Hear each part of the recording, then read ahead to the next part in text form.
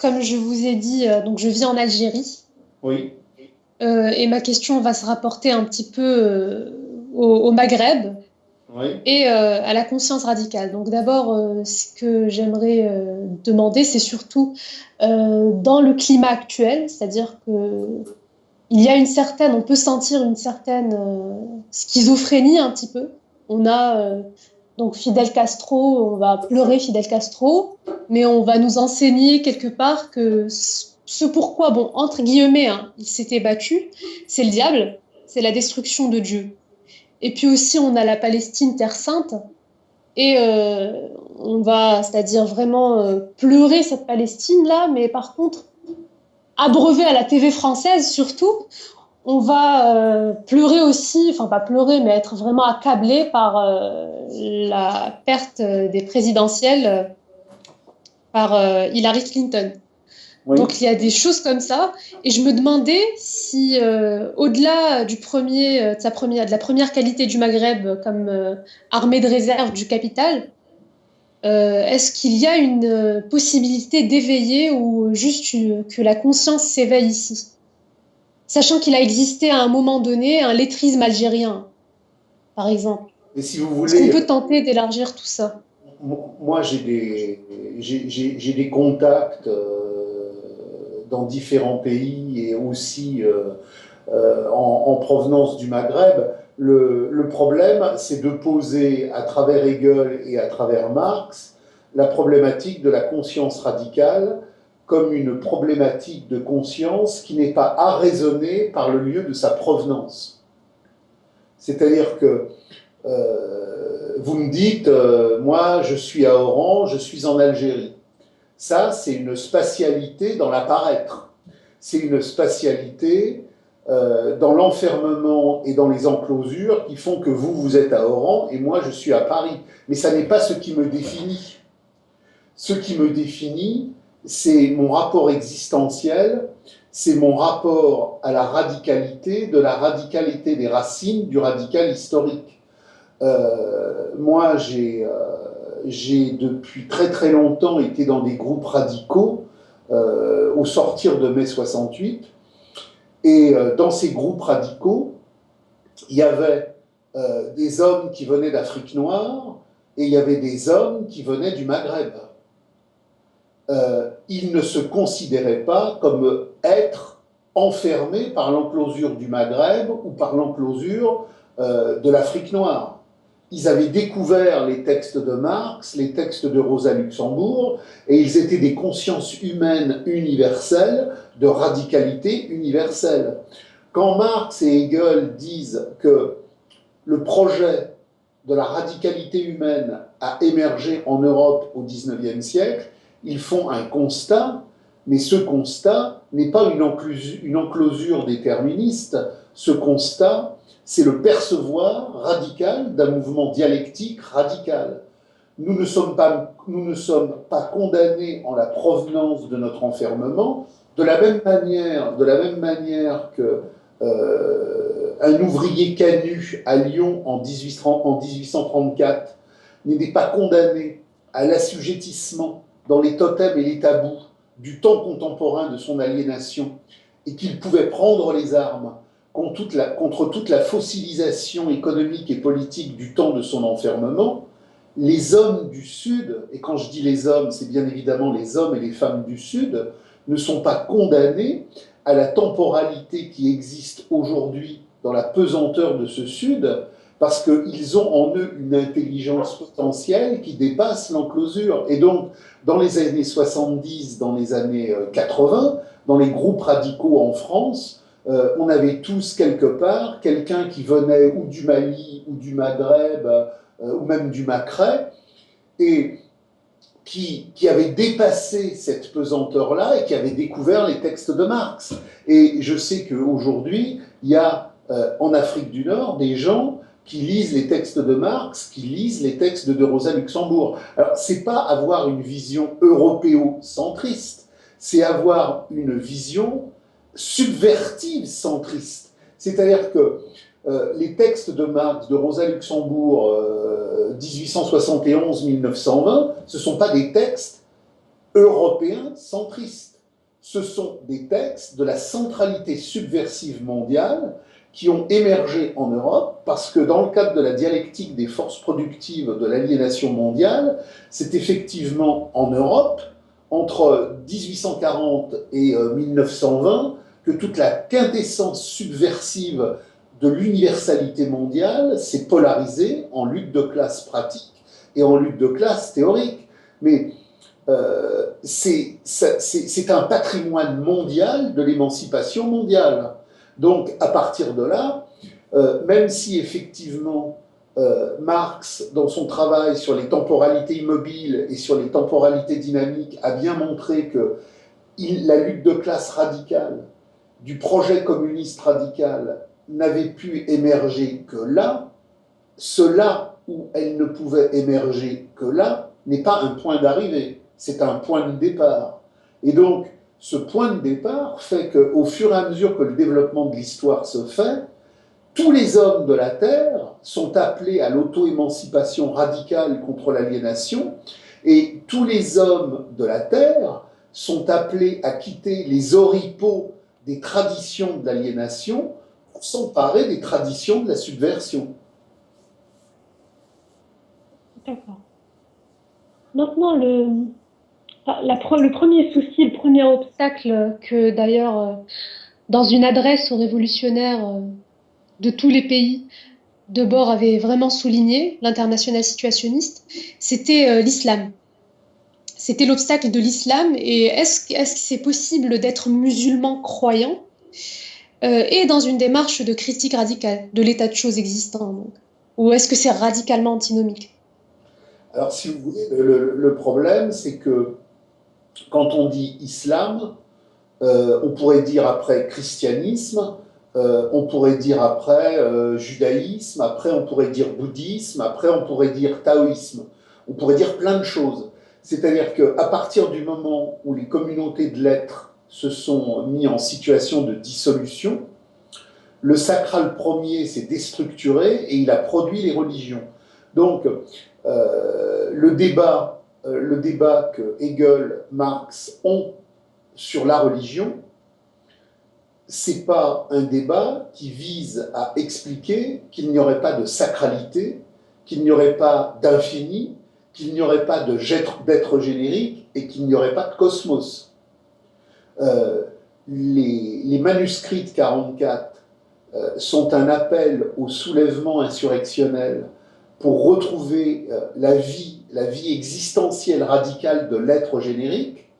Et l'être générique dans sa radicalité, c'est ce que Hegel appelle l'absolu, c'est ce que pendant des millénaires, les hommes ont appelé le div, c'est ce que les hommes ont appelé la lumière infinie, et pour en revenir au présocratique, c'est cette compréhension que le monde n'a jamais été créé, qu'il n'y a pas un Dieu supérieur qui a créé le monde, mais que le monde est l'automouvement dialectique de sa permanence infinie, dans l'infini constamment recomposé et recommencé, et que le divin, ça n'est rien d'autre que le souffle du vivant en ce monde, tel qu'il produit l'automouvement infini de sa reproduction.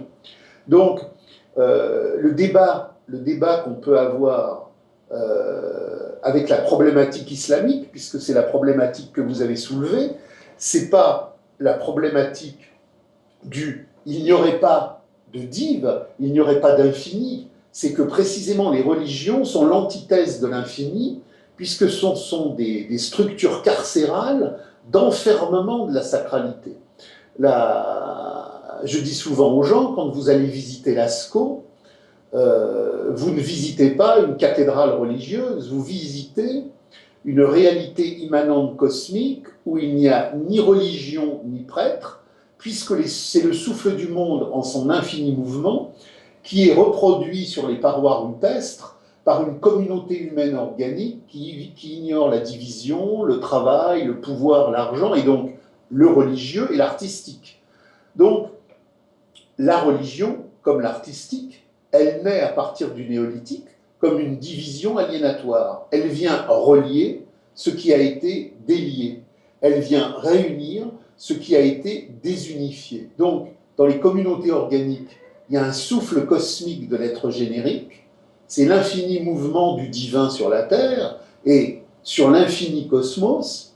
La religion, c'est pas ça. La religion, c'est à partir du moment où, au néolithique, se créent des structures de domination, de dressage et de domestication, à partir de la valeur d'échange en mouvement, la nécessité de régenter, la nécessité d'asservir, la nécessité de soumettre pour que le pouvoir ait une population adéquate à la valeur d'échange de la soumission en mouvement. Donc, qui dit religion, dit soumission. Toute religion est par essence ce qui soumet les hommes à une structure extérieure que l'on appelle Dieu, mais qui en fin de compte n'est que le fantasme aliénatoire des projections, des chefferies, des hiérarchies qui, à un moment donné, suppriment la véritable sacralité de l'automouvement du monde, la dépiotent, la réécrivent, la cadastrent, l'urbanisent mentalement et matériellement pour qu'il y ait effectivement des principes de renonciation, des principes de dressage et de soumission de la jouissance. Dans la communauté humaine primordiale, comme dans la communauté émancipée de demain, le div, il est jouissance. Le div, il n'est pas renonciation. Le div, il n'est pas génuflexion, il n'est pas soumission, il est explosion de radicalité subversive dans une création infinie. Et donc, là, on a une problématique différente entre les structurations et l'appel à la compréhension de ce que sont les religions. Si je prends par exemple le judaïsme, le christianisme et l'islam, je prends un truc tout bête qu'a très très bien compris Hegel dans l'insurrection et dans la subversion, je prends le cas de la femme adultère. La femme adultère, dans le conditionnement hébraïque des rituels religieux de ce qui fait naître le judaïsme, la femme adultère, elle est lapidée. C'est classique, c'est une appropriation. Dans le judaïsme, il n'y a pas de femme, il y a que des mères. Si je prends par exemple les rituels coraniques, je retrouve, puisque le Coran finalement est un judaïsme modifié et transformé, la femme adultère, bah, c'est pareil, elle est lapidée. Si je prends maintenant le christianisme, mais si je prends surtout le christianisme radical, qui n'a rien à voir avec l'Église ultérieure, si vous voulez, si je prends l'Église orthodoxe, si je prends l'Église catholique, c'est une institution du message subversif du Christ qui est récupérée à l'Empire romain dans sa phase de décomposition pour être désubvertie et pour permettre une codification de soumission. Il y a donc le christianisme des églises, mais il y a le christianisme radical. Le christianisme de l'origine, qui n'est pas une église, mais qui est une assemblée subversive de l'être. Et sur la femme infidèle, j'ai là, non pas la reproduction sous une forme ou sous une autre du code de la lapidation tel qu'on va le trouver chez les juifs, puis après chez les musulmans. J'ai au contraire l'insurrection totale avec la fameuse problématique que celui qui n'a jamais failli dans son comportement lui lance la première pierre. J'ai donc une opposition radicale entre le Christ, qui est une insurrection communiaire, qui est une insurrection de subversion, et qui appelle les hommes au réfractaire, au refus de la domination. Et de l'autre côté, des espaces religieux qui sont structurés sur la domination et sur la soumission.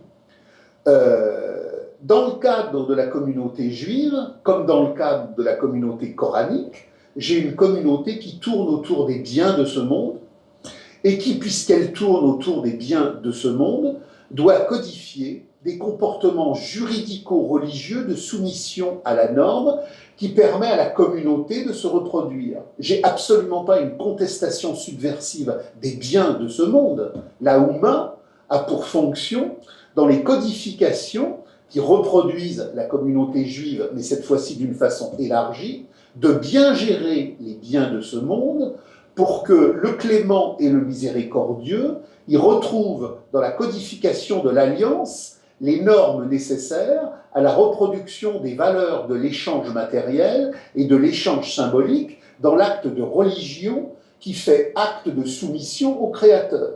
J'ai pas du tout ça avec le Christ qui abolit les commandements, qui abolit les hiérarchies, qui abolit toutes les codifications et les aliénations, qui rentre dans le temple de la marchandise et fout toutes les boutiques par terre en disant « Mais qu'avez-vous fait du souffle du divin ?» Donc, ce qu'il faut bien comprendre, c'est que les compréhensions du divin, les compréhensions du religieux, les compréhensions de l'au-delà ne sont pas équivalentes. Entre le taoïsme et le bouddhisme, entre l'islam et le judaïsme, entre la pensée shinto et la pensée chamanique. Tout ça circule, mais j'ai, avec le Christ radical, quelque chose qui est radicalement au-delà. C'est pour ça que Engels, dans les textes sur le communisme primitif, fait immédiatement référence au christianisme primitif. Il y a dans les évangiles quelque chose que l'on ne trouvera jamais dans aucun autre texte. Il y a dans les évangiles cette pensée radicale que tous les commandements, que toutes les hiérarchies, que toutes les chefferies sont à foutre à la poubelle, et que le seul souffle du divin, c'est l'amour de l'être, en l'être de l'amour, et c'est le fameux sermon sur la montagne, tu n'as à te soumettre à rien, vive l'insoumission universelle, dans l'être de l'incarnation de la puissance de l'être qui aime l'autre. Donc là, on a quelque chose de décisif, et c'est d'ailleurs pour ça que dans le fameux texte d'Engels, le Christ est positionné dans sa radicalité initiale comme un des jalons du communisme premier qui, dans l'histoire de la décadence romaine, qui, dans l'histoire des cultes païens en décadence, et dans l'histoire de la crise du monde juif à l'époque de la Galilée hellénisée, fait que le Christ est le premier jaillissement radical qui pose pratiquement et théoriquement l'au-delà de l'argent, l'au-delà du pouvoir et l'au-delà de l'aliénation. Il n'y a pas de mouvement ouvrier en Algérie tant que l'Algérie ne franchit pas le cap historique du développement des forces productives qui permettent la constitution même embryonnaire d'une classe ouvrière. Donc, ce qui fait qu'il y a une classe ouvrière en Algérie, c'est la colonisation française. Parce qu'il est évident que quand les Français débarquent à Sidi Ferruche en 1830 et que l'Algérie n'est qu'une province de l'Empire ottoman, dans le cadre du développement des forces productives des années 1830, l'Algérie, à l'époque, c'est une côte avec des enclosures commerciales et des enclosures urbaines. C'est le grand marché aux esclaves. Quand les Français vont débarquer en Algérie, on va libérer des esclaves. C'est-à-dire que la côte barbaresque, alors, le marché aux esclaves, c'est bien évidemment tout le marché trans et subsaharien. C'est-à-dire que pendant des siècles et des siècles, on a été rasié des Noirs en Afrique subsaharienne et qui, par toutes les voies de la colonisation arabo-islamique, partaient vers le nord et partaient vers l'est. Donc, j'ai une économie de comptoir, j'ai une économie de razzia, j'ai une économie de prédation qui fonctionne sur ce territoire-là. J'ai des tribus arabes, j'ai des tribus berbères. Rosa Luxembourg, reprenant les textes de Marx, montre très bien la réalité de l'économie algérienne dans les années 1820-1830. Mais donc, c'est une économie qui s'apparente pleinement à ce qu'on appelle le despotisme oriental, c'est-à-dire le despotisme étatique et para-étatique de ce temps immobile où la propriété privée dynamique, comme on a pu la connaître au temps de l'Empire romain, n'existe pas. Les tribus ont encore un mode d'appropriation collective. Sauf que ce mode d'appropriation collective n'est pas communiste. Il exprime une très très longue dégénérescence du mode communiste premier. C'est pour ça qu'il faut toujours se rappeler que si Marx et Engels ont toujours fermement condamné les horreurs de la colonisation, et pas simplement en Algérie, mais partout. Parce que qu'est-ce que la colonisation telle que le Capital la met en marche dans les années 1830, 1840, 1850, de l'Algérie jusqu'à l'Inde et à la Chine, prédation anglaise, prédation française, ensuite en Afrique noire, prédation allemande, l'acte de conquête coloniale est un acte de modernisation qui fait passer des territoires arriérés, immobiles, non capitalistes au capitalisme, Marx dit bien évidemment, vous avez d'ailleurs des textes de Marx et d'Engels sur Bugeaud, sur Abdelkader, ils ont suivi ça de très très près. Donc bien évidemment, ils condamnent la colonisation dans sa forme militaire et policière sanglante, mais c'est pas point, c'est virgule. Il y a derrière cela, et c'est ce que dit Marx pour l'échelle mondiale du monde, il y a quelque chose de positif, c'est qu'on fait rentrer des populations qui ne sont pas dans l'histoire. Et c'est pareil pour le prolétariat mondial universel.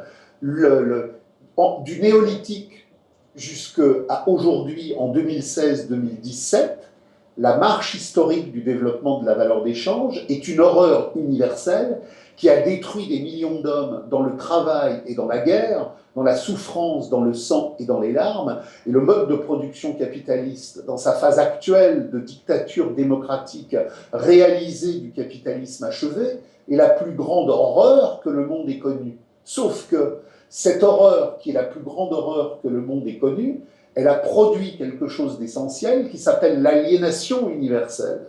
Et parce qu'il y a une aliénation universelle, il y a enfin, lorsqu'il y aura la crise terminale du procès de caducité de la valeur d'échange, la possibilité de produire le renversement universel de l'aliénation universelle. Ce qui n'était pas possible tant que le capital ne s'était pas fait économie monde, c'est-à-dire économie du monde de l'économie. Donc, la conquête, c'est bien évidemment quelque chose qui est condamné, parce que elle n'est pas condamnée en termes moraux, humanitaires, débiles. C'est pas la Croix-Rouge radicalisée. Elle est condamnée du point de vue historique de la même manière qu'on condamne l'extermination des Indiens des plaines. Mais il y a une positivité radicale, et cette positivité radicale, c'est que Marx dit jamais ces territoires à temporalité immobile n'auraient pu, par eux-mêmes, sur la base du niveau de décomposition où en était la communauté première, arriver à une pensée radicale. Il était irrémédiable que ce temps immobile continue.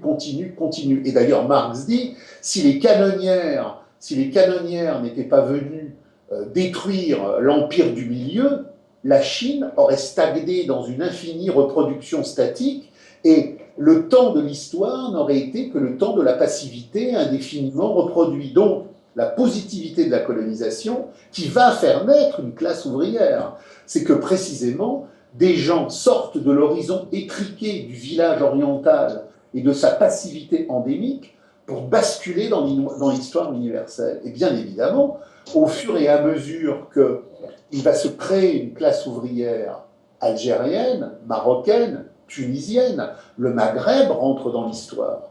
Et c'est pour ça qu'au moment des luttes de libération nationale, qui sont la falsification supérieure du despotisme de la marchandise, sur la base des positions qui étaient celles de Rosa Luxembourg, qui sont celles de la vision communiste intégrale et intransigeante, le débat dans les années 60 en Algérie, c'était pas de savoir si on était pour le colonisateur français ou si on était pour la classe capitaliste FLN en formation. Le débat radical, c'était le débat que tous les groupes radicaux communistes ont pu avoir au cours de l'histoire. C'était à bas Paris, à bas Alger, à bas le FLN, à bas la colonisation, solidarité radicale de tous les prolétaires, le prolétaire qui vit à Oran comme le prolétaire qui est en France, ils sont issus d'une même ligne de classe historique, solidarité de classe contre tous les États, solidarité de classe contre toutes les classes capitalistes,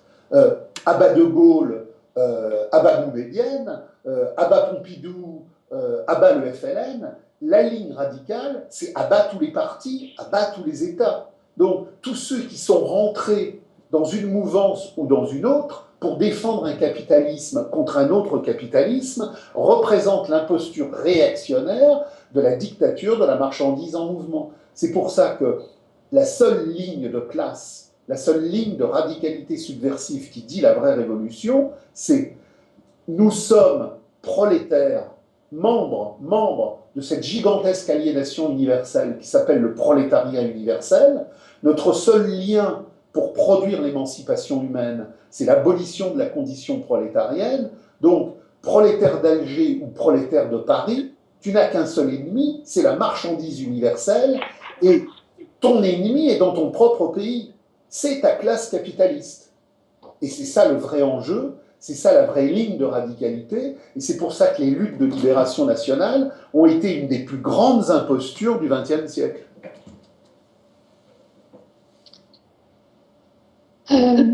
Justement, à propos de ça, hier, j'étais en train de feuilleter un petit peu les œuvres de Guy Debord et je suis tombée sur une adresse aux révolutionnaires d'Algérie et de tous les pays, donc publiée à Alger en 1965. Et vers la fin, il a dit quelque chose, enfin, il y a eu ça. Je vais vous le lire. Vive les camarades qui, en 1959, dans les rues de Bagdad, ont brûlé le Coran. Vive les conseils ouvriers de Hongrie défaits en 1956 par l'armée dite rouge. Vive le mouvement étudiant Zangakuren du Japon qui combat activement le pouvoir capitaliste de l'impérialisme et celui de la bureaucratie dite communiste. Vive la milice ouvrière qui a défendu les quartiers du nord-est de Saint-Domingue.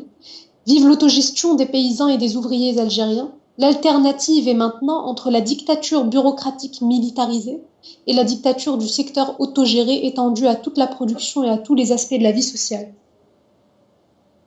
Alors, bon, si vous voulez, alors, même s'il y a encore, même s'il y a, si vous voulez, il y a encore, il y a encore des illusions sur l'autogestion.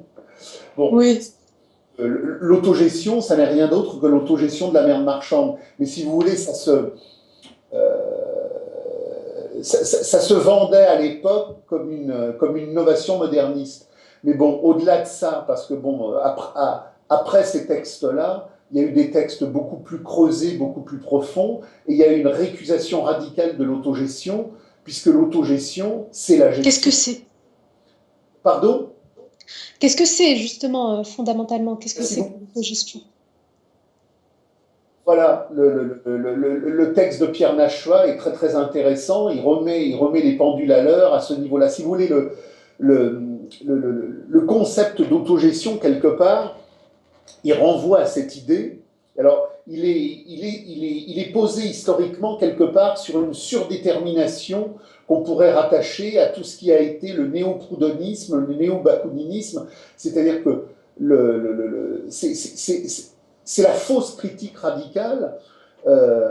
Il faut opposer là, toute la ligne radicale que Bordiga, que le groupe Bilan, ou que sur un autre registre, d'autres groupes ont pu avoir. La question du communisme n'est pas une question de gestion. La question de l'émancipation n'est pas une question d'administration. Alors vous avez des tas de gens qui se posent des questions sur, alors demain, comment seront prises les décisions dans la communauté nouvelle? C'est un faux problème. Le sujet, il n'est pas là. Le problème essentiel de la rupture révolutionnaire, c'est la communisation. Et à partir du moment où, par la communisation, la rupture révolutionnaire abolit la valeur d'échange et abolit les catégories du capital, elle abolit, entre autres, les catégories de la division du travail. Il n'y a plus la tête et les jambes, il n'y a plus les chefs et les larbins, et il n'y a plus non plus la ville et les campagnes, puisqu'on abolit cette division entre la ville et les campagnes.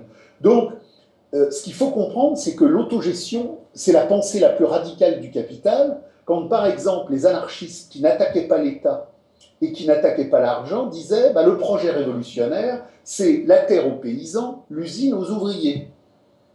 Qu'est-ce que ça veut dire? Ça veut dire qu'on gère notre merde. Les ouvriers gèrent leur usine et les paysans gèrent leur propriété foncière. Autrement dit, toutes les catégories du capital, tous les espaces matériels, tous les espaces symboliques du capital sont préservés, et la révolution, ce serait l'autogestion, l'auto-organisation de cette pétaudière. Or non, la révolution communiste, qui fait jaillir l'abolition de toutes les catégories de l'économie politique du capital, elle est d'abord communisation, en ce sens qu'elle abolit toutes les catégories du capital, et elle abolit la surimportance factice donnée au problème de la gestion, de l'administration et de la direction.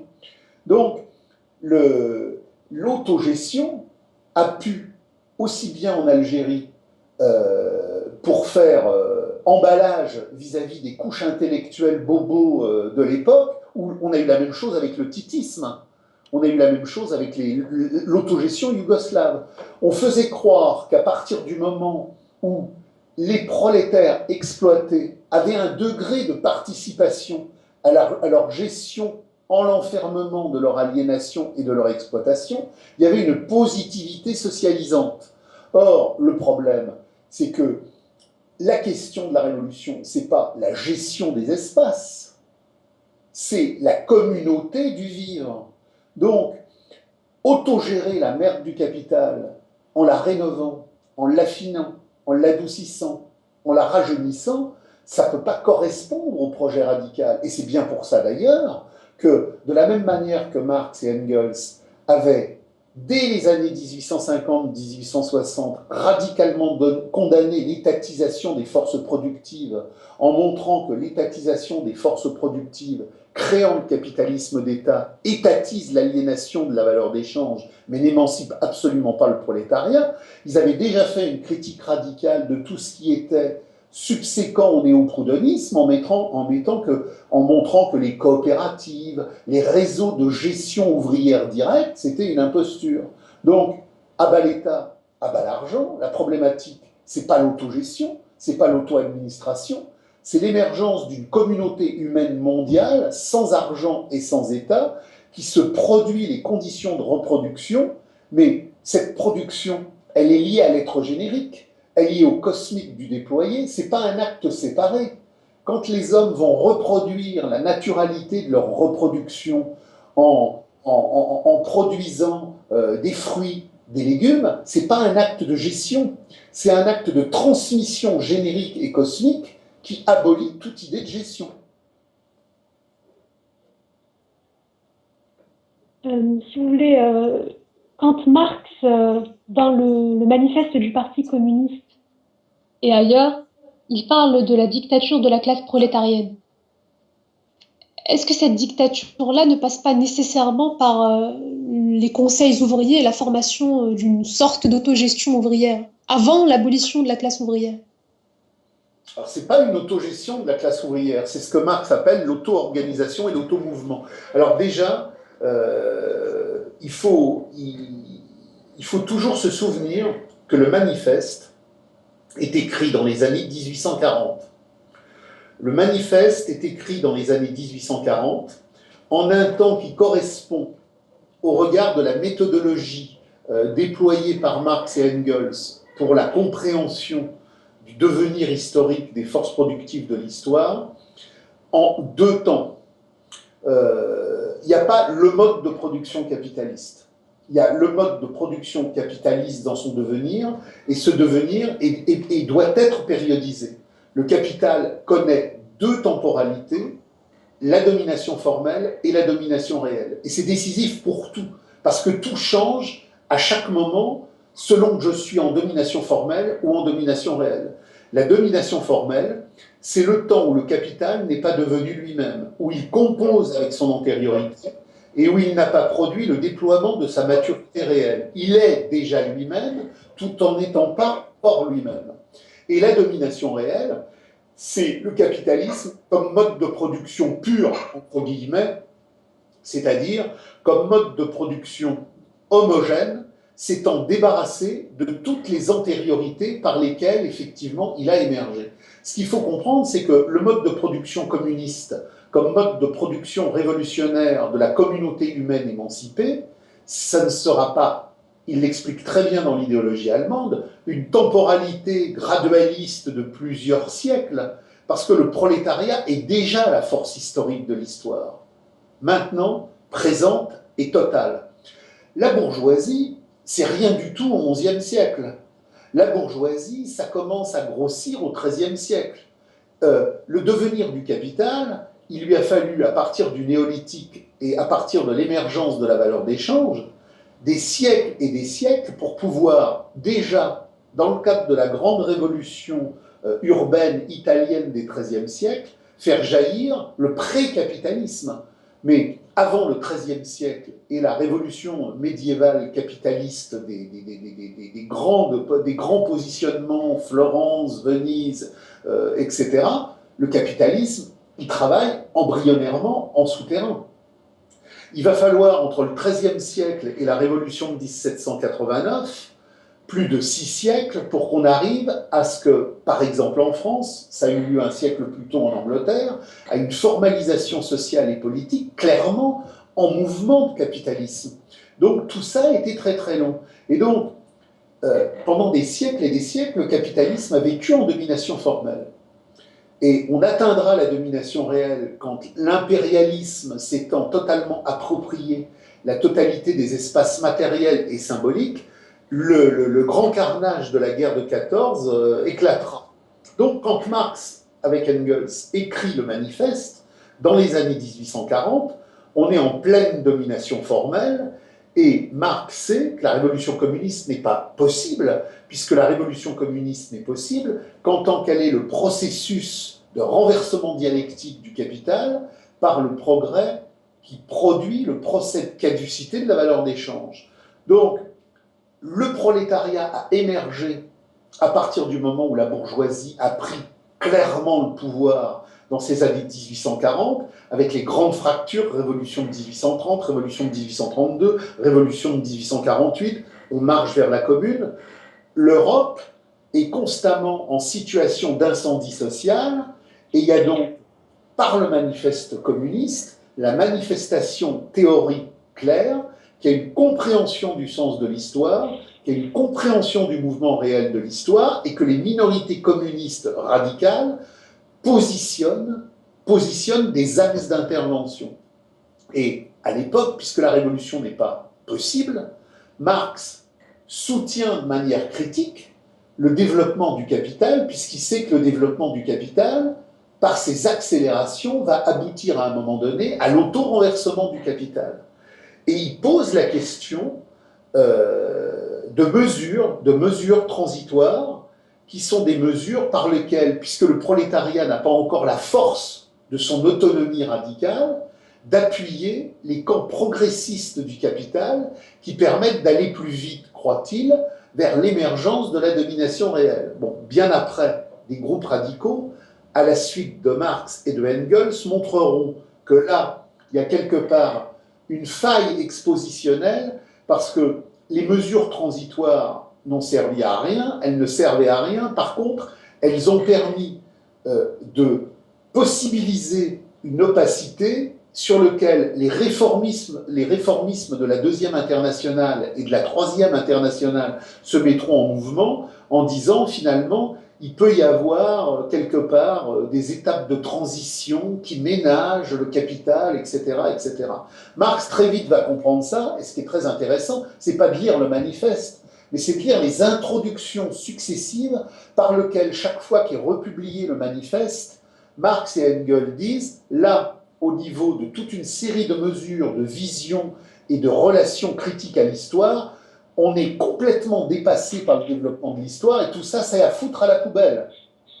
Donc, si vous voulez, à partir de là, dans le manifeste, à travers justement les préfaces, on bascule dans la guerre civile en France, qui est le texte radical de l'abolition radicale de l'État. L'État, dans la guerre civile en France, reprend dans l'analyse qui en est faite toute la position subversive de synthèse de l'idéologie allemande qui dit abolition de l'État, abolition du travail, abolition de l'argent. Dans la guerre civile en France, Marx dira le prolétariat parisien, par son insurrection de 1871, a montré qu'en aucun cas il n'est possible d'utiliser la machine étatique et que l'acte révolutionnaire de la dictature du prolétariat ne peut être que radicalement anti-étatique. Ce qui permettra après aux groupes radicaux, à la suite de Rosa Luxembourg, qui reviendront sur cette problématique-là jusqu'aux situationnistes, et tous les groupes radicaux des années 50, 60, 70, que la dictature du prolétariat C'est la dictature anti-étatique des conseils ouvriers qui abolit l'argent, qui abolit la monnaie et qui abolit l'État. Donc, on en vient là à cette réalité essentielle de la phase de transition. Bien évidemment qu'il y a une phase de transition entre le capitalisme moribond de la crise terminale et le communisme réalisé. Il y a une phase de transition qu'on peut quelque part appeler un communisme inférieur. Mais c'est un communisme qui est déjà du communisme parce qu'il abolit toutes les catégories du capital. Marx, dans la critique du programme de Gotha, reprend toute la subversion des préfaces aux rééditions du manifeste. Il reprend toute la radicalité de l'idéologie allemande de 1846. Il reprend toute la radicalité de la guerre civile en France 1871. Et dans la critique du programme de Gotha, il fait une critique radicale de la social-démocratie et donc du bolchevisme qui sera qu'une social-démocratie radicalisée, en montrant que la grande imposture de la gauche du capital, c'est de faire croire que la phase de transition serait dans le capital. C'est-à-dire que tous les raquettes politiques de la gauche du capital et de l'extrême gauche du capital disent on ne peut pas passer immédiatement au communisme. Il y a donc une phase de transition, et cette phase de transition, elle passe par le capitalisme d'État qui étatise et qui, en étatisant, prépare l'extinction de l'État. Bon, déjà, Marx et Engels, dans toutes les correspondances et dans tous les travaux qui ont lieu à partir de la critique du programme de Gotha, marquent la totale imposture de cette mesure-là, mais ils montrent surtout que la révolution communiste est communiste parce qu'au moment même où le prolétariat prend le pouvoir, il abolit le pouvoir, puisque la dictature du prolétariat est immédiatement une dictature anti-étatique qui abolit l'État. Et cette dictature anti-étatique est une dictature communisatrice qui abolit du même coup l'argent. Donc la phase de transition, c'est pas une phase où on autogère la merde marchande pour après la liquider, on la liquide tout de suite. C'est-à-dire qu'au moment même où les conseils ouvriers s'insurgent en 1956, et je vous renvoie là-dessus à mon dernier bouquin, Commentaire sur l'extrême radicalité des temps derniers, où j'ai montré, à travers la publication des textes des conseils ouvriers hongrois eux-mêmes, que dès que le surgissement révolutionnaire se met en marche, et d'ailleurs on l'a vu en 68 en France, est posée la question de la production, de la distribution, de la manière dont vont être aménagés et vécus les espaces de vie. Donc immédiatement, la grève sauvage qui détruit le pouvoir de l'État, qui détruit le pouvoir de la classe capitaliste, pose immédiatement la question du « mais que fait-on ? Comment s'organise-t-on ? Et qu'est-ce que nous organisons ?» Et on ne peut pas organiser la merde capitaliste dont on hériterait. On va organiser l'automouvement communisateur de ce dépassement. Alors certes, on ne va pas détruire du jour au lendemain ces gigantesques mégapoles pourries, la défense, des zones entières bétonnées, abominables, des structures urbanistiques qui ne correspondent pas à la vie humaine, mais qui correspondent à la concentration du capital. Il va falloir plusieurs générations pour les détruire. Nous allons détruire tout ce que le capital nous aura légué comme horreur aliénatoire, et puisque nous allons abolir la division du travail entre les villes et les campagnes, nous allons détruire les villes. Donc la première génération communiste, elle sera effectivement dans une étape de transition, puisqu'on n'aura pas détruit toute l'horreur du capital. Il va falloir des décennies pour assainir la biosphère et liquider toutes les horreurs urbanistiques et architecturales de la dictature du capital. Mais à la première seconde où il y aura eu la révolution, on sera déjà dans le communisme, même si ce n'est pas le communisme supérieur. Il y aura donc plus d'argent, il y aura donc plus d'échanges, et il y aura effectivement un rapport de radicalité qui fait que toutes les catégories aliénatoires de l'économie politique seront effectivement liquidées. Donc, ce gigantesque mensonge qui s'est construit à partir du bolchevisme, qui s'est construit à partir du léninisme, du stalinisme, du maoïsme et du trotskisme, qui a été repris par toute l'imposture des luttes de libération nationale, à savoir, il y a une étape de transition qui est en le capital. Et l'étape de transition qui est en le capital permet qu'un jour, dans 10 000 ans, on soit hors le capital. C'est une imposture, c'est un mirage, c'est une aliénation, c'est une mystification.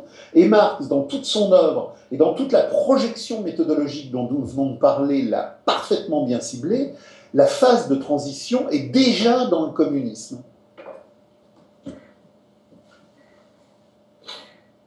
Pour rebondir sur le bolchevisme, justement, dans les manuscrits de 1844, Marx va poser une abolition de la propriété privée qui sera en fin de compte l'accomplissement de cette propriété privée en l'étatisant, enfin en la généralisant à toute la classe. Mais pas l'étatiser.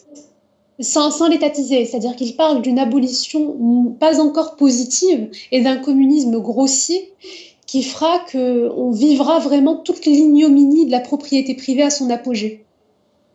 Donc on a tort de voir en cette analyse le bolchevisme. Ah ben, si vous voulez, Marx n'a jamais varié. Alors Marx n'était ni un ange ni un dieu, il était comme vous, il était comme moi. Donc il était le plus grand critique de l'aliénation, mais en l'aliénation. Donc il y a des moments où vous comme moi et comme lui, on va faillir.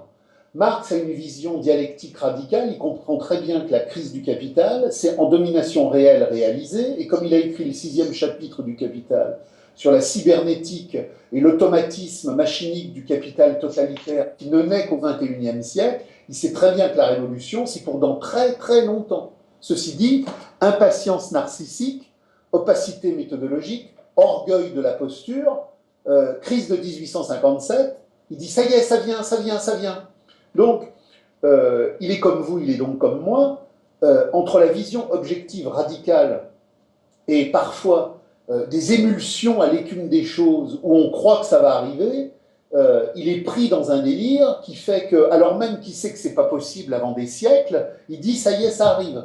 Donc, il faut bien comprendre que chez Marx, il y a parfois ce genre de choses. Maintenant, si j'en viens à la méthode, dans justement la quintessence de sa radicalité, il y a une invariance radicale sur l'essentiel. Le projet communiste, c'est l'abolition de l'État et l'abolition de l'argent. Si vous prenez la critique du programme de Gotha, c'est clair, c'est net, mais si vous prenez les textes de 1843, avant même les manuscrits de 1944, par exemple la critique de l'État hegelien. Dans la critique de l'État hegelien, Marx est radicalement déjà préfigurativement anti-bolchevique quand il dit le surgissement de la communauté humaine émancipée, c'est une œuvre d'émancipation humaine, c'est pas une œuvre d'émancipation politique. Parce que l'émancipation politique, c'est toujours le passage à une aliénation politique supérieure. Tout à l'heure, nous parlions des luttes de libération nationale. Les luttes de libération nationale sont une des modalités de l'émancipation politique. Si je faisais grève à Oran en 1954 et que ma grève était dure, je me recevais un coup de matraque française. Si aujourd'hui je fais grève à Oran et que ma grève est radicale, je me reçois un coup de matraque algérienne. Je suis passé par l'émancipation politique à une classe capitaliste locale qui peut enfin elle-même exploiter son prolétariat. Ce n'est pas une émancipation humaine, c'est une transformation dans l'aliénation de l'inhumanité. Et ça, c'est posé en 1843. En 1843, Marx dit « l'émancipation humaine est à rebours de l'émancipation politique ». Pourquoi? Parce que la politique, c'est le séparer. Dans le communisme, il n'y aura pas de politique, il n'y aura pas d'économie. Le communisme est le moment où la communauté générique casse les clivages, les césures et les séparations. Il y a le produire générique de la vie émancipée, il y a le produire générique de la jouissance humaine en satisfaction radicale, il n'y a plus de politique et il n'y a plus d'économie. Donc, l'économie, qui suppose bien évidemment la politique qui suppose bien évidemment l'économique, sont les constituants du cercle vicieux de l'aliénation constamment reproduite. Donc, puisqu'il n'y a pas d'émancipation politique qui puisse être humaine, l'émancipation humaine est une émancipation anti-politique. Marx fait l'œuvre radicale de l'anti-politique. À bas la politique, à bas l'économie, à bas la gauche, à bas la droite, à bas tous les camps du capital. Et donc, quand dans les manuscrits de 1944, il positionne l'abolition de la propriété privée. D'ailleurs, le terme n'est pas très bien traduit, parce que c'est l'abolition de l'appropriation privée.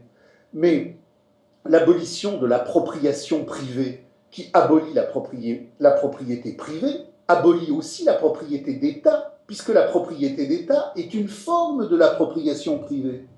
Le jour où l'État FLN s'est mis en mouvement, le jour où l'État castrice s'est mis en mouvement, le jour où l'État Viet Cong s'est mis en mouvement, derrière la formation de l'apparaître, pour parler en termes hegeliens, de l'appropriation d'État, j'ai en fin de compte une appropriation privée, puisque c'est la caste étatique, c'est la nomenclatura de la nouvelle bourgeoisie qui se l'approprie d'une manière privée. La rente pétrolière algérienne, elle est appropriée privativement par la bureaucratie FLN. Donc même les appropriations d'État sont en fin de compte des appropriations privées, parce que dans l'appropriation d'État, j'ai une appropriation de classe en l'État. Et puisque j'ai une appropriation de classe en l'État, j'ai l'exploitation pour le prolétariat et les rentes de l'exploitation pour la bureaucratie qui devient la nouvelle classe capitaliste. Donc, ce qu'il faut bien comprendre, c'est que la plus grande critique radicale de l'État, elle est chez Marx, elle n'est pas chez les anarchistes. Et la grande opposition Marx-Bakounine, il faut la reposer dans les termes exacts du concept et de la crise radicale que Marx positionne comme présupposé obligé de l'abolition de l'État. Ce qui oppose Marx et Bakounine, ce n'est pas l'abolition de l'État. Ce qui oppose Marx et Bakounine, c'est que Marx dit Bakounine n'a rien compris à ce qui fait l'État. L'État n'est pas une structure autoritaire comme ça qui se balade dans l'espace. Et on n'abolit pas cette structure qui serait l'autorité. Le mouvement anarchiste dit souvent nous sommes anti-autoritaires, nous refusons l'autorité, nous voulons abolir l'autorité. L'État n'est pas une structure autoritaire qui se balade et qui aurait sa logique en elle-même.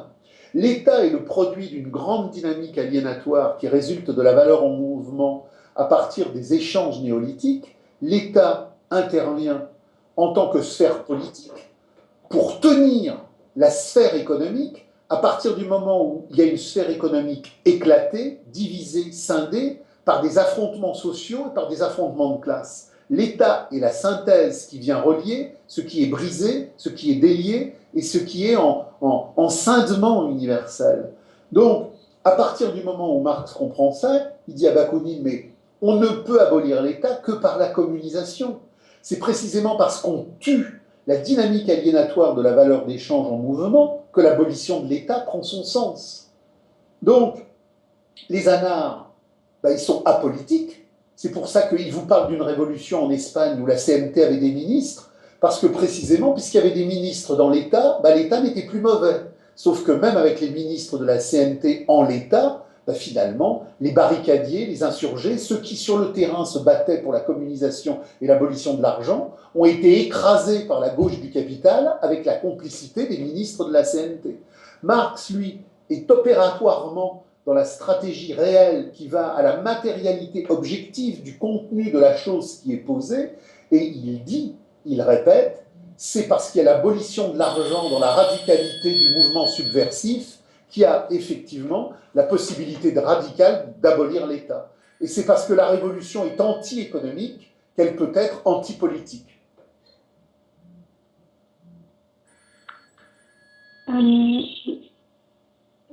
Pour repositionner un petit peu notre époque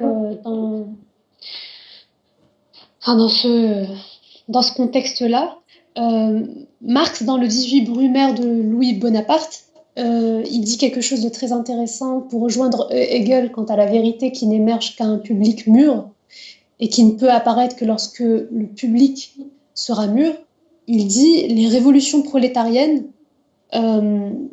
paraissent n'abattre leur adversaire que pour lui permettre de puiser de nouvelles forces de la terre et se redresser à nouveau formidable en face d'elle, reculent constamment à nouveau devant l'immensité infinie de leur propre but, jusqu'à ce que soit créée enfin la situation qui rende impossible tout retour en arrière. » Est-ce qu'aujourd'hui, lorsqu'on voit un peu la masse prolétarienne mondiale, Quand on regarde les images du Black Friday, quand on voit les gens se précipiter dans les temples de la marchandise, se piétiner, s'écraser, parfois il y a des morts.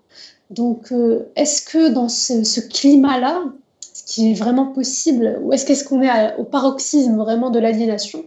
Est-ce qu'après ça, la seule possibilité, c'est vraiment la prise de conscience générale? Alors, votre question, elle est importante parce que elle renvoie à la fois à Hegel dans la phénoménologie, et elle renvoie à la fois à Marx dans l'idéologie allemande. Et finalement, je dis toujours à la fois à mes patients et à mes correspondants, il faut de la phénoménologie de l'esprit passer à l'idéologie allemande, et de l'idéologie allemande, à partir de là, basculer dans la science de la logique, puis à partir de la science de la logique, comprendre toute la problématique des manuscrits de 44. Il y a deux choses à poser. Le prolétariat n'est pas une réalité sociologique et la révolution n'est pas une réalité psychologique. Le prolétariat n'est pas une catégorie sociologique.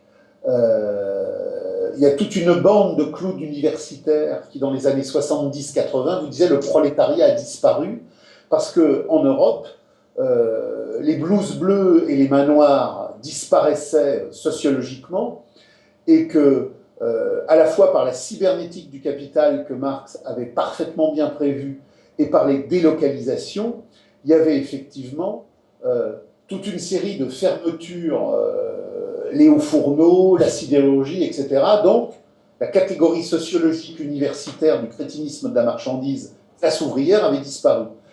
Ça n'a aucun rapport avec le prolétariat. Le prolétariat, c'est l'ensemble de l'humanité asservie à la prostitution universelle du salariat obligatoire. Et donc, Marx a très bien compris, notamment dans le chapitre inédit, le fameux 6e chapitre, que puisque par les lois constitutives de la baisse du taux de profit, le capital était constamment amené à produire le grand automate impersonnel de la cybernétique et de l'informatique du capital, il y avait effectivement une transformation radicale du prolétariat. Donc le prolétariat tel qu'il existe aujourd'hui et qui effectivement regroupe 90% de l'humanité, c'est-à-dire toute cette humanité qui est dessaisie de son essence et qui n'a aucun pouvoir sur son existence, puisqu'elle est assujettie à la vente de sa vie, c'est le prolétariat universel comme catégorie historique. Ce prolétariat universel comme catégorie historique, tant que la crise terminale n'a pas effectivement fait jaillir les prodromes de son surgissement, elle est liée par la catégorie de l'aliénation des manuscrits de 44, qui trouve précisément son essor méthodologique le plus accompli dans la catégorie du fétichisme de la marchandise. Donc, il y a encore quelques générations, on avait encore un rapport plus ou moins opaque à la naturalité, mais on n'était pas l'homme total de la cybernétique du capital, c'est-à-dire ce que Marx a anticipé quand il a parlé de l'homme réifié, de l'homme chosifié. Puisque aujourd'hui, nous sommes dans la domination réalisée du capital dans sa phase terminale. Nous sommes dans la domination réalisée de l'abrutissement anti-humain dans sa phase terminale.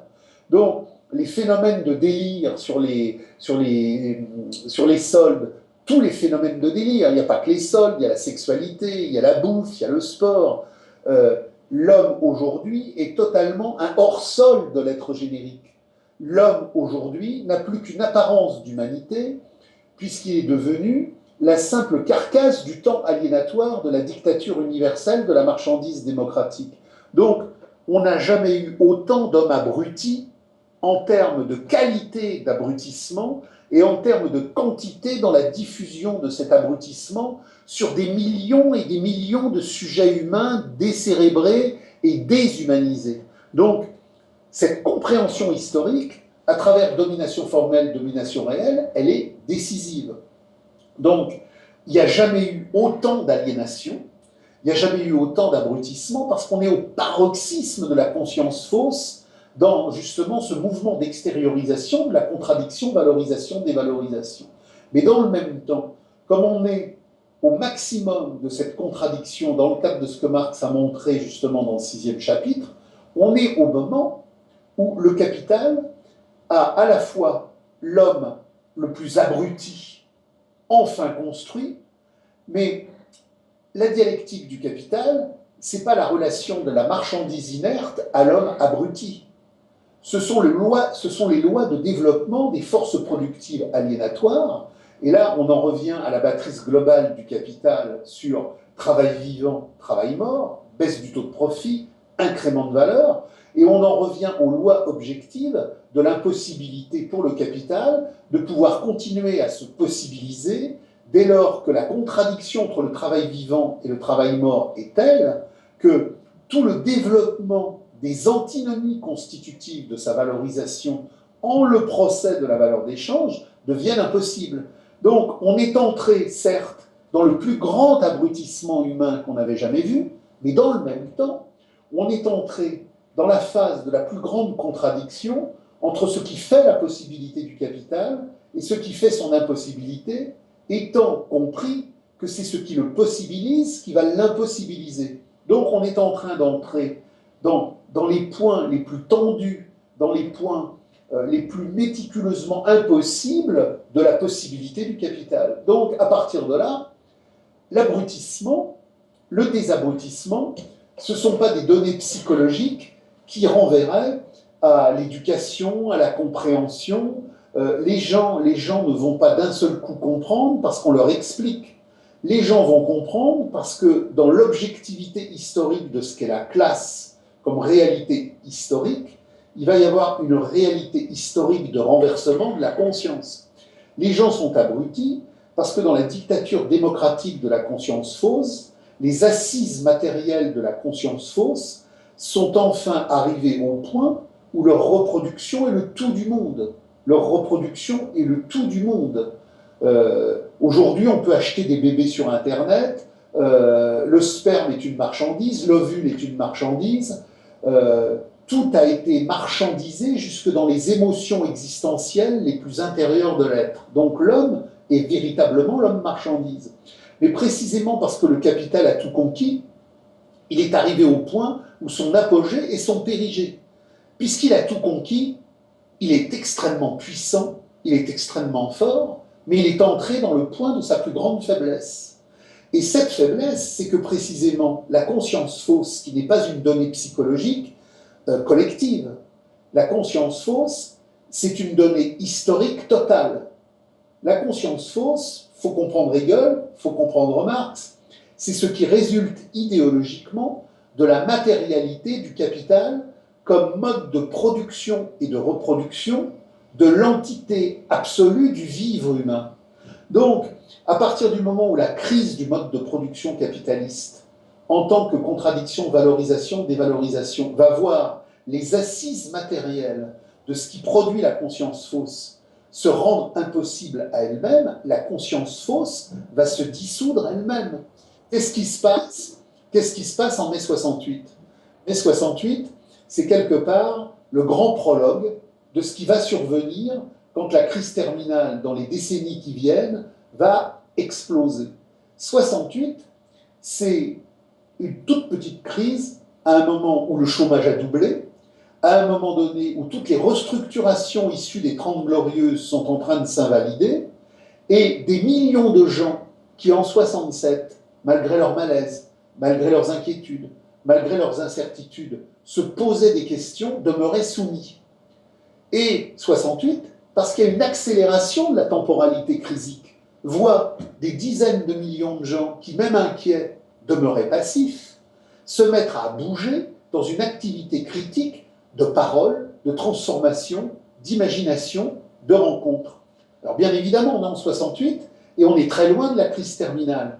C'est une crise d'adaptation qui va permettre au capital de repartir encore plus fort, puisque comme vous le disiez tout à l'heure, chaque fois que effectivement l'histoire craque, mais qu'on n'est pas arrivé à la grande craquelure, le mode de l'aliénation se renouvelle, se renforce et se modernise.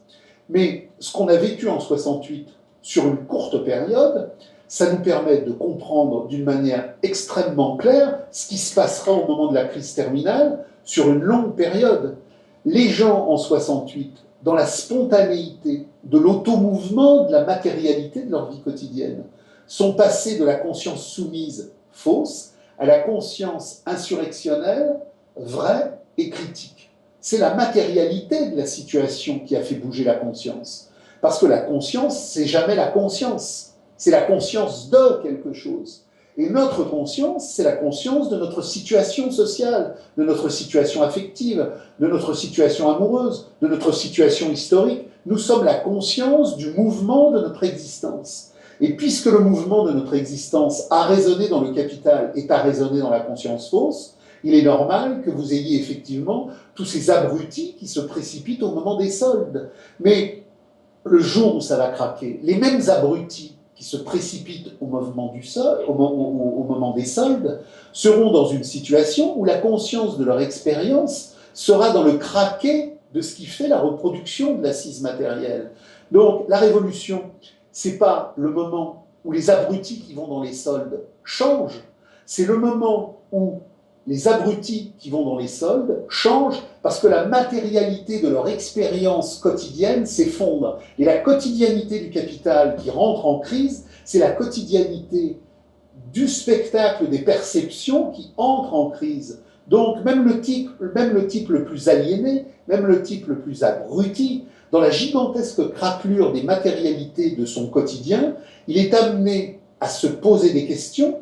Et c'est pour ça que Marx, dans l'idéologie allemande, dit il existe un moment où les hommes sont contraints de se poser des questions qu'ils ne se posaient pas auparavant.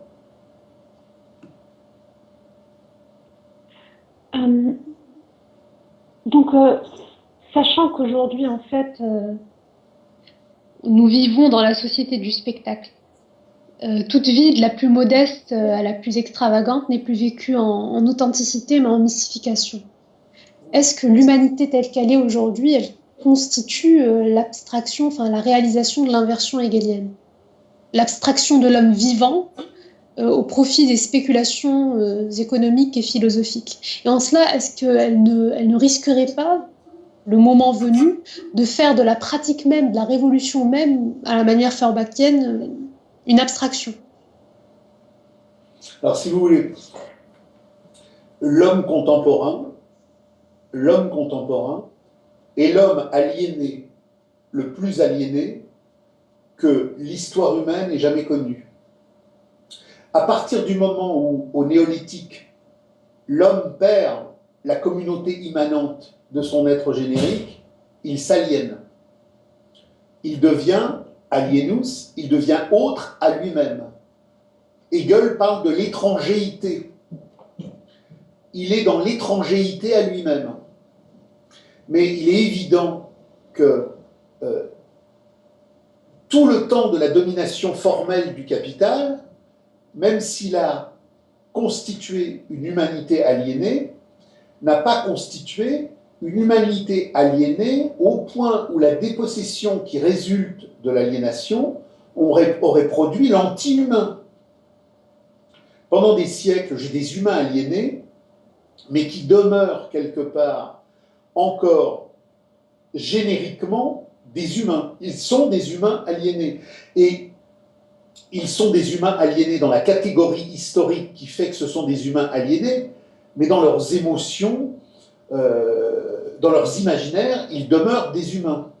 Ce que Marx, à la suite de Hegel, alors il faut bien comprendre que Hegel, il saisit les grandes armatures, mais il saisit les grandes armatures dans le champ du temps napoléonien, qui est le temps qui résulte des grandes fractures de 89, réagencées, remodifiées dans l'expression de la révolution bourgeoise démocratique.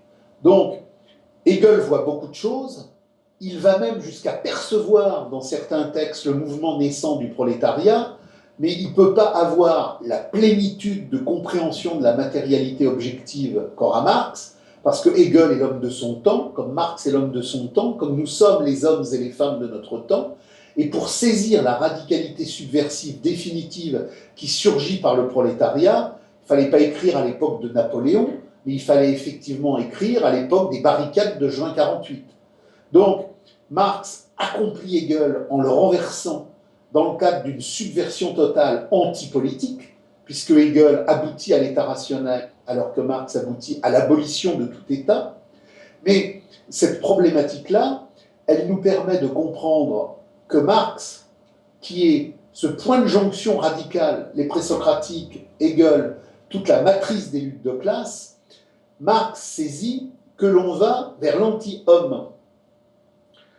On va vers l'anti-homme, on va vers la structure automate cybernétique du capital qui n'est plus une aliénation qui s'assujettit à la naturalité de l'homme, mais vers une aliénation qui invertit la naturalité de l'homme. C'est-à-dire que quand aujourd'hui on prend conscience des délires de tout ce qu'est le transhumanisme, on voit à quel point Marx a une vision géniale et absolue, parce qu'il a compris que le mode de production capitaliste était le premier mode de production aliénatoire, qui non seulement ne voulait pas simplement dominer l'homme, mais qui voulait transformer l'homme.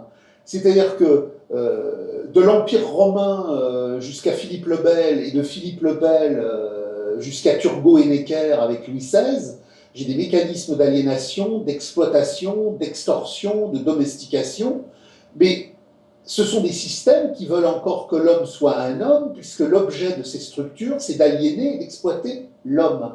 Là, on est passé dans une métamorphose alchimique capitaliste qui veut désubstantialiser la naturalité pour la réécrire en chosification et en réification. Donc, l'objet du capital est bien la réification. Autrement dit, l'aliénation capitaliste est une aliénation de forme supérieure qu'on pourrait appeler l'extranéisation radicale. L'extranéisation radicale en ce sens que l'homme est désincarné de son incarnation. Et puisque l'homme est désincarné de son incarnation, l'homme va jusqu'à oublier l'être de son être dans justement cette totale dépossession. Dans les manuscrits de 44, il y a quelque chose d'extrêmement important. Par l'aliénation du capital, l'homme est dessaisi de son propre saisir. Ça, c'est la grande novation démocratique de la valeur d'échange en mouvement. C'est la dictature absolue de la valeur d'échange, liberté circulatoire infinie, égalité des valeurs d'échange sur le marché et fraternité aliénatoire absolue. Liberté, égalité, fraternité. Le triptyque absolu de la vampirisation satanique de la marchandise qui transforme l'homme, puisque l'homme n'est plus simplement un homme qui produit des marchandises, il est un homme marchandise qui se produit comme marchandise humaine et qui fait que l'intégralité de ses voluptés, de son érotisme, de sa conscience, tel que cela constitue l'être générique, est nié. C'est pour ça qu'il y a une formule clé dans les manuscrits de 44, le communisme est un naturalisme achevé. Mais si le communisme est un naturalisme achevé, qu'est-ce que la démocratie réalisée du capital? C'est l'antinaturalisme achevé.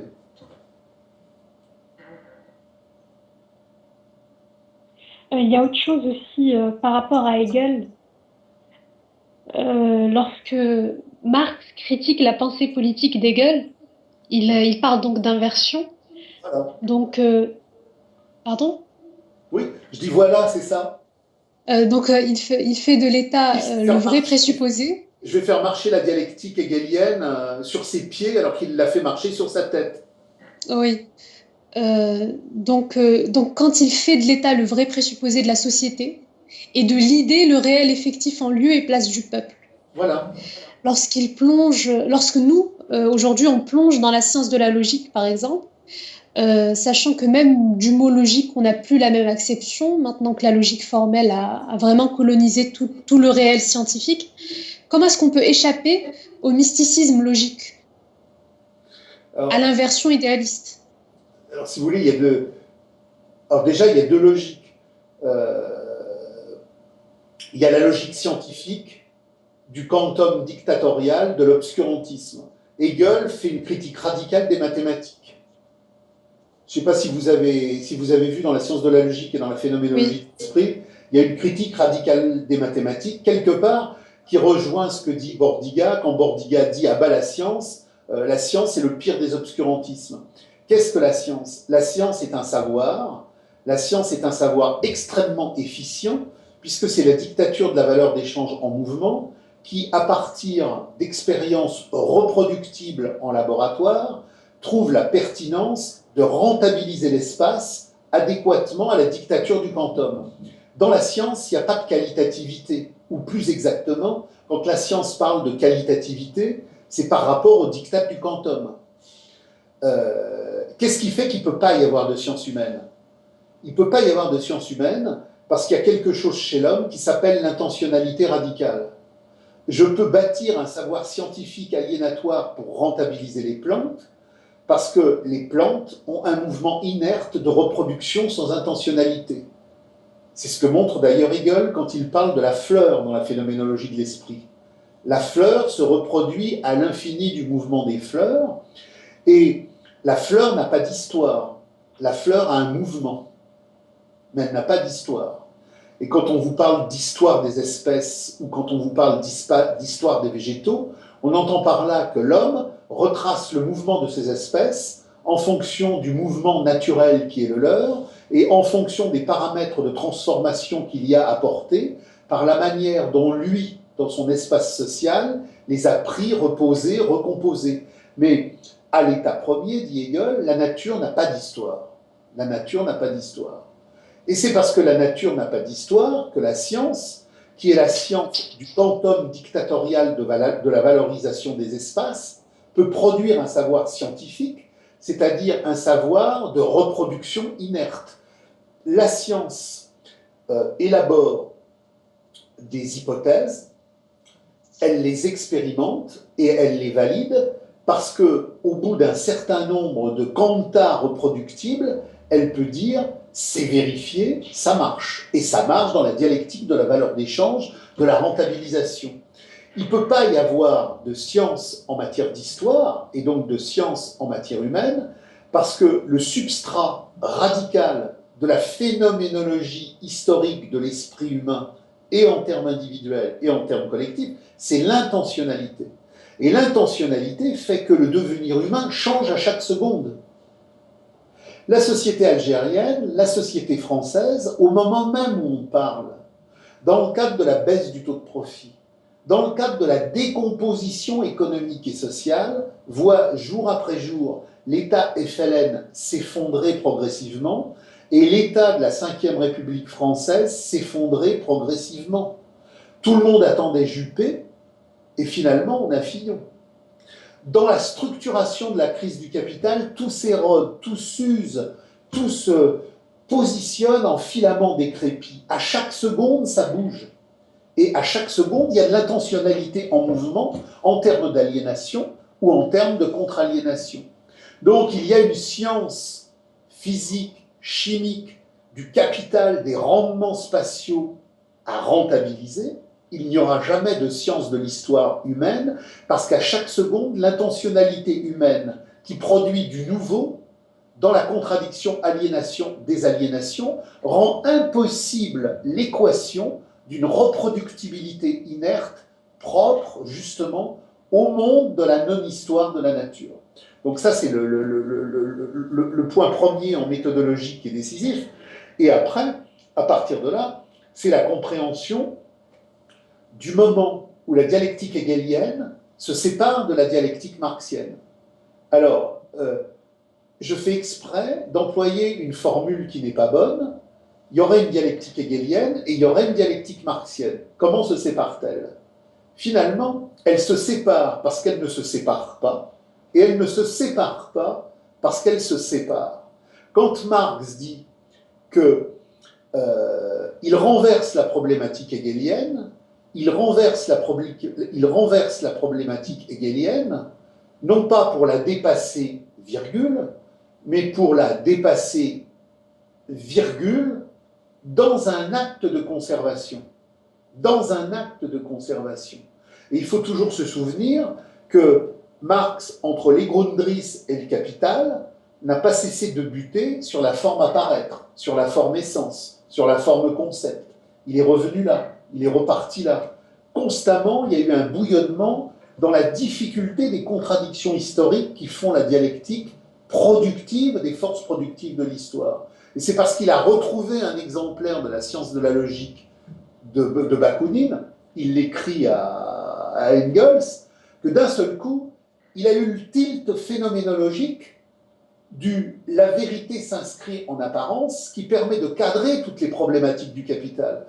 Je ne sais pas si vous êtes rentré dans le capital, mais à un moment donné, par exemple, Marx montre que le prix et la valeur, ce n'est pas la même chose. La valeur, c'est la substance de travail humain qui cristallise le temps de travail social nécessaire à la réalisation d'une marchandise donnée dans l'essence et dans le fondement de la génération productive de sa situation. Mais au-delà de cette production, la marchandise ensuite va sur le marché. Et sur le marché, elle s'échange à un prix. Dans une vision statique propre, par exemple, à l'économie politique, on pourrait dire que le prix, c'est la forme que prend la valeur. Non. Dans le cadre justement de la dialectique, de la phénoménologie de l'esprit et de la science de la logique, Marx montre qu'il y a une essence qui est la valeur, et que cette essence qui est la valeur va se matérialiser dans le prix, mais qui n'est pas simplement l'extériorisation de la valeur, mais qui est la manifestation des contradictions de la valeur.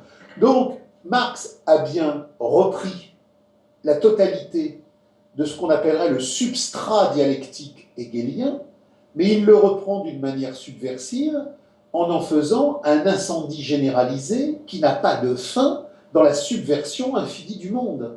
Quel était le gros péché hegelien? Le gros péché hegelien, c'est qu'à un moment donné, Hegel décidait abruptement d'arrêter la mécanique.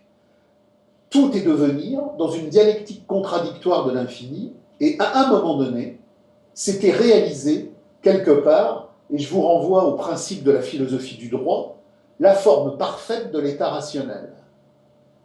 Hegel, universitaire arrivé, dans le cadre de ce qu'était la monarchie prussienne, considérait que la monarchie prussienne à laquelle il assistait en forme phénoménologique d'incarnation historique était la forme parfaite de l'état rationnel. Et Marx dit, mais ça s'arrête. Oui, ça s'arrêtait. Le devenir dialectique des forces productives s'arrêtait dans une coagulation étatique qui n'était pas humaine puisqu'elle était politique et qui était même anti-humaine puisque le politique c'est l'anti-humain et que l'humain doit être antipolitique. Donc, Marx ne dit pas simplement que Hegel s'est trompé, il dit que Hegel s'est trompé parce que justement, il a idéalisé la rationalité dans une forme conceptuelle qui, à un moment donné, a décroché de la matérialité objective de l'histoire. Donc, à un moment donné, où plein de gens laissaient plus ou moins tomber Hegel sous le prétexte que Hegel avait abouti à une forme étatique réactionnaire, il faut voir tout le débat Bauer-Feuerbach avec ce qu'on appelait les jeunes hegeliens, les hegeliens de gauche, Marx dit, mais non, Hegel, c'est un missile qui est gigantesque, et je reprends l'expression de missile, parce que l'expression de missile est l'expression que Marx va lui-même employer pour définir sa critique radicale dans le Capital.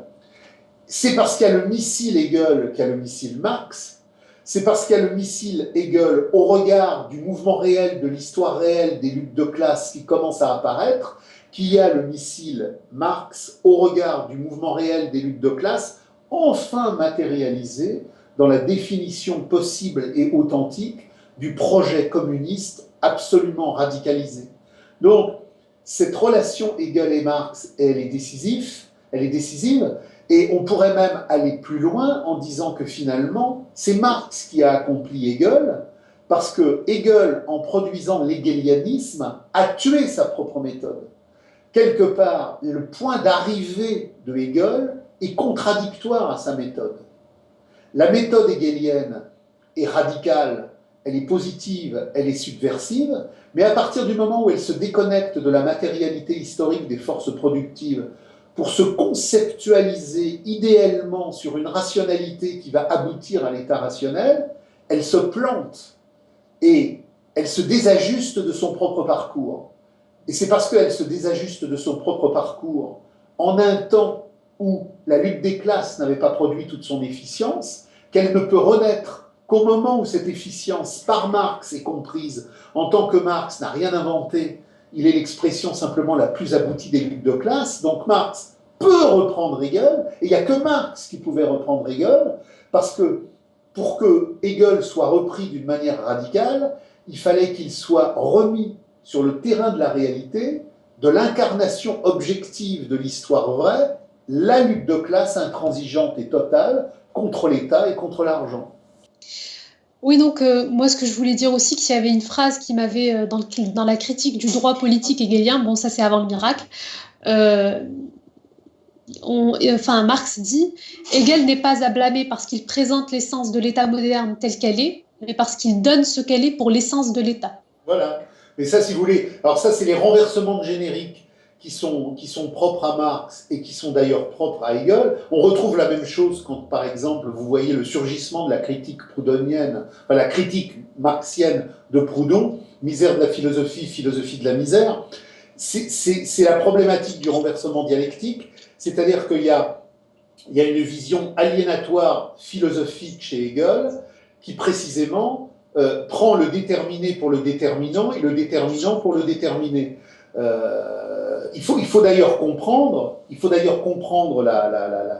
la base méthodologique de cette perception quand Marx dit « le prolétariat, par son auto-abolition, abolit la philosophie, et la philosophie, par son auto-abolition, vient signaler l'auto-abolition du prolétariat ». C'est-à-dire que la philosophie hegelienne est la plus grande philosophie qu'on ait connue, puisqu'elle reprend toute la philosophie mondiale et qu'elle l'abolit. Sauf qu'elle ne l'abolit encore qu'en tant qu'elle demeure une philosophie. Donc, puisque la philosophie hegelienne est la dernière philosophie, et qu'elle a tout compris, et qu'elle a tout vu, mais encore du point de vue philosophique, il fallait que Marx vienne abolir la philosophie hegelienne du point de vue de la révolution humaine.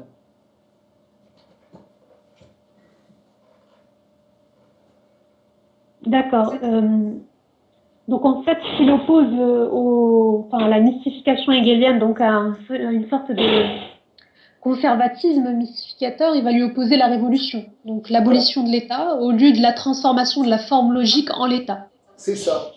Si vous voulez, au bout de la logique hegelienne, au bout de la logique hegelienne, j'ai l'État hegelien, et si je lis les principes de la philosophie du droit, je lis toute l'histoire de l'aliénation humaine, de telle sorte qu'au bout, dans une synthèse qui se veut la plus élucidatrice possible, Hegel nous dise « j'ai enfin l'état de la liberté ». J'ai l'état de la liberté. Au bout de toute l'histoire de ces états imparfaits, de ces aliénations successives, de ces déchirements, de ces exploitations, de ces pesanteurs, de ces domestications, la modernité du temps présent qui invalide toutes les antériorités aliénatoires permet l'état rationnel, l'état de la liberté. Marx renverse ça en montrant d'abord que la liberté, c'est l'esclavage, c'est du pré-Orwell et c'est méthodologiquement posé, parce que qu'est-ce que la liberté? C'est la liberté de la valeur d'échange en mouvement. Dans la communauté, le principe organisationnel, c'est pas la liberté, c'est l'être. Je ne deviens pas un humain épanoui parce que je suis libre de faire ce que je veux. Ça, c'est l'atome narcissique de la valeur d'échange qui se répand sur le marché des aliénations et des représentations dans le caprice pathologique du narcissisme déambulatoire. La communauté émancipée, ce n'est pas le triomphe de la liberté, c'est l'abolition de la liberté en tant que catégorie aliénatoire de la rationalité des domestications. Dans le communisme, il n'y a pas de liberté, il y a l'être. L'homme s'épanouit, la femme s'épanouisse, l'homme et la femme s'épanouissent dans une rencontre d'amour, dans une communauté cosmique, parce que la véritable base de cette communauté est l'être générique. Et l'être générique, il n'a pas la liberté d'un. L'être générique, il est l'automouvement de son déploiement. Quand je reçois, moi, des patients au cabinet en philo-analyse et qu'ils sont en souffrance, ils ne sont pas en souffrance parce qu'ils n'ont pas la liberté de faire ce qu'ils voudraient faire. leur état, leur situation ne vient pas de la liberté ou du manque de la liberté. Leur situation en tant qu'elle est mal-être vient de leur être absent. Donc la catégorie essentielle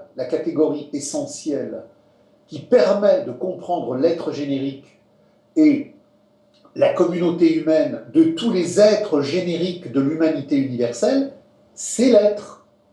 Donc, la communauté émancipée, c'est abat la politique, c'est abat le narcissisme, c'est abat la liberté, c'est abat le caprice, c'est abat la valorisation, c'est abat l'échange, c'est abat la grande masturbation onirique du sujet égocentrique. C'est la communauté de l'être qui souffle dans l'épanouissement de l'être. D'accord. Une dernière chose par rapport à ça, par rapport à l'émancipation humaine universelle, c'est ce qui a fait que toutes les manifestations sporadiques un peu de la volonté humaine de s'émanciper, toutes ces manifestations ne se sont pas entendues, ne se sont pas comprises à des moments donnés, c'est qu'il y a non-adéquation historique entre les peuples et les temps historiques des peuples à travers le monde. Et est-ce que cette non-adéquation, ce décalage, fait que c'est toujours une source de contre-révolution? Il y a toujours ce risque qui se pose de lui-même, qui est la contre-révolution possible par la répression du capital. Si vous voulez, la contre-révolution du capital n'a pas lieu parce que l'énergie des hommes en mouvement qui contestent le capital ne va pas assez loin, ou parce qu'il y aurait des inadéquations et des dysfonctionnements dans la rencontre entre les gens. Vous avez parlé de peuple à un moment donné.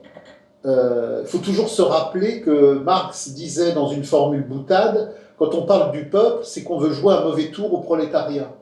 Le projet émancipateur de l'humanité tel qu'il est défini par Marx et Engels refuse de donner au concept de peuple un concept positif. Engels, dans l'origine de l'État, de la famille et de la propriété, définit l'origine du peuple. Le peuple est né sur les débris de la communauté communiste. Le peuple, populus, ça renvoie à démos en grec, qui a donné donc démocratie, le pouvoir du peuple. Dans la communauté première, et dans toutes les communautés premières de la Terre, on retrouve la même entité première dans le cadre des premiers groupes de chasseurs-cueilleurs qui, effectivement, dans une activité de reproduction, font souche. La réalité première, c'est le génos, la gens. Marx et Engels parlent de la production gentilis. La gens, c'est une communauté qui est posée là, en la Terre, mais en la Terre, pas simplement comme géographie spatiale ou comme contenu géologique, en la Terre au sens où l'homme est humus, l'homme est donc terre, et donc le génos premier, c'est la souche communiste. Et toutes les communautés organiques ont une production gentilis, sans argent, sans État, qui reproduit le groupe par la production gentilis communiste du contenu de la vie. À un moment donné, dans le cadre de ce qui résulte de la révolution néolithique, la valeur d'échange en mouvement va éclater le génos communiste. Et le génos communiste, par exemple, je vais prendre un exemple tout bête, c'est la région d'Athènes.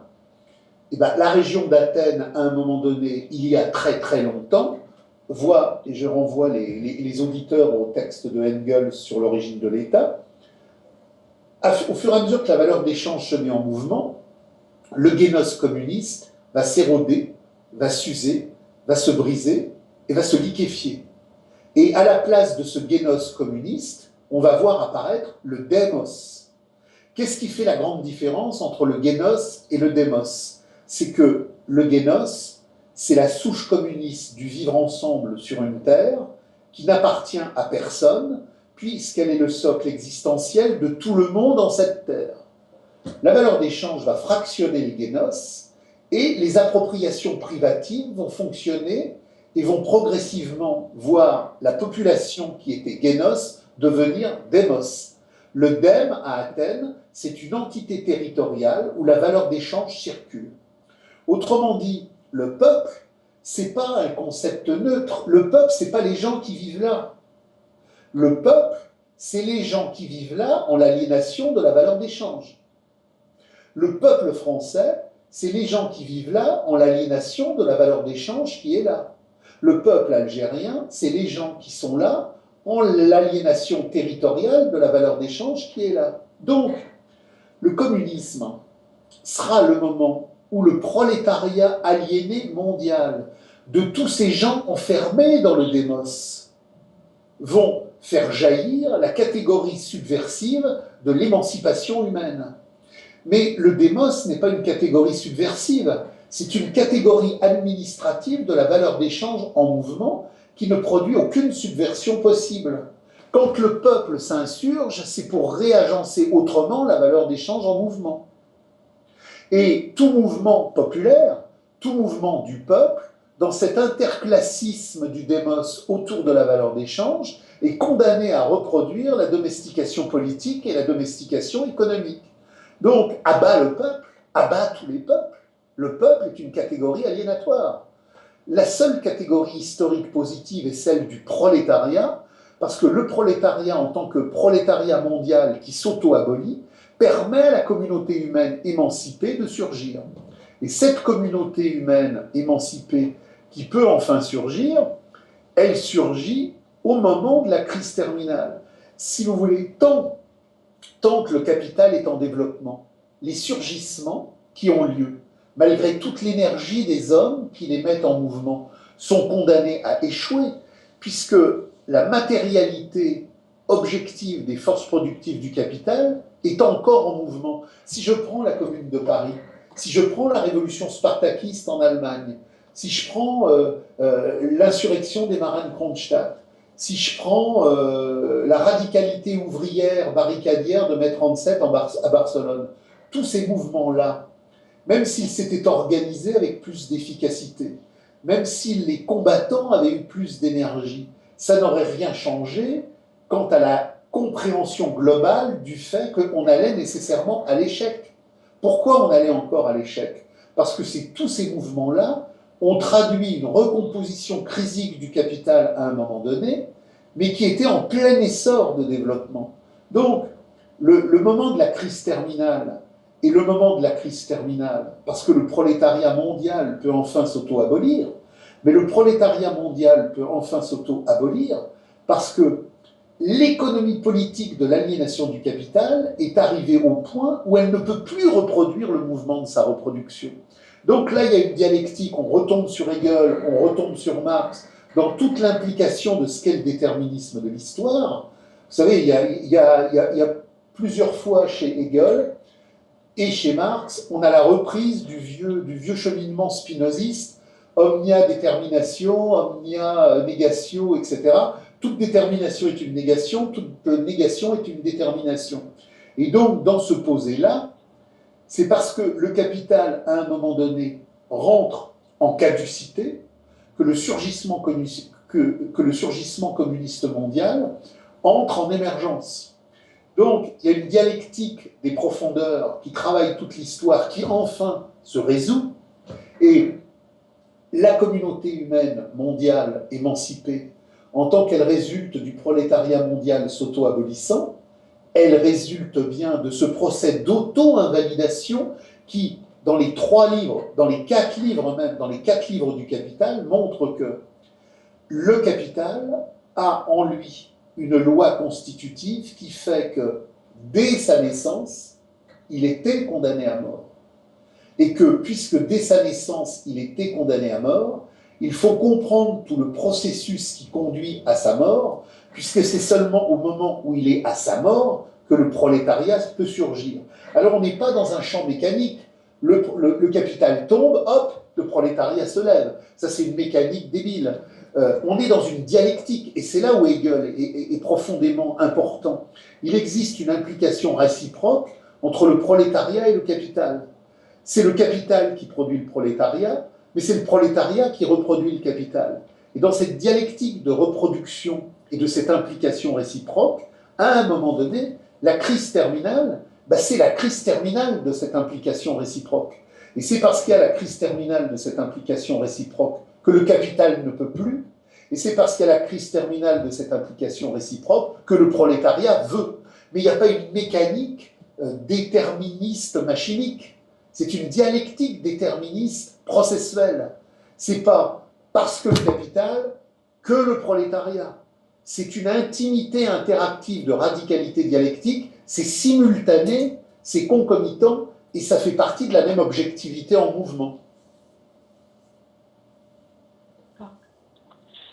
Vous avez parlé là maintenant de spinozisme, et en fait, lorsque Hegel dit justement que la religion, la théologie ne sont pas, c'est-à-dire ne sont pas complètement séparées de la philosophie, et qu'au contraire, ce sont des antériorités, que la philosophie absolue spéculative va les englober en elle pour les dépasser.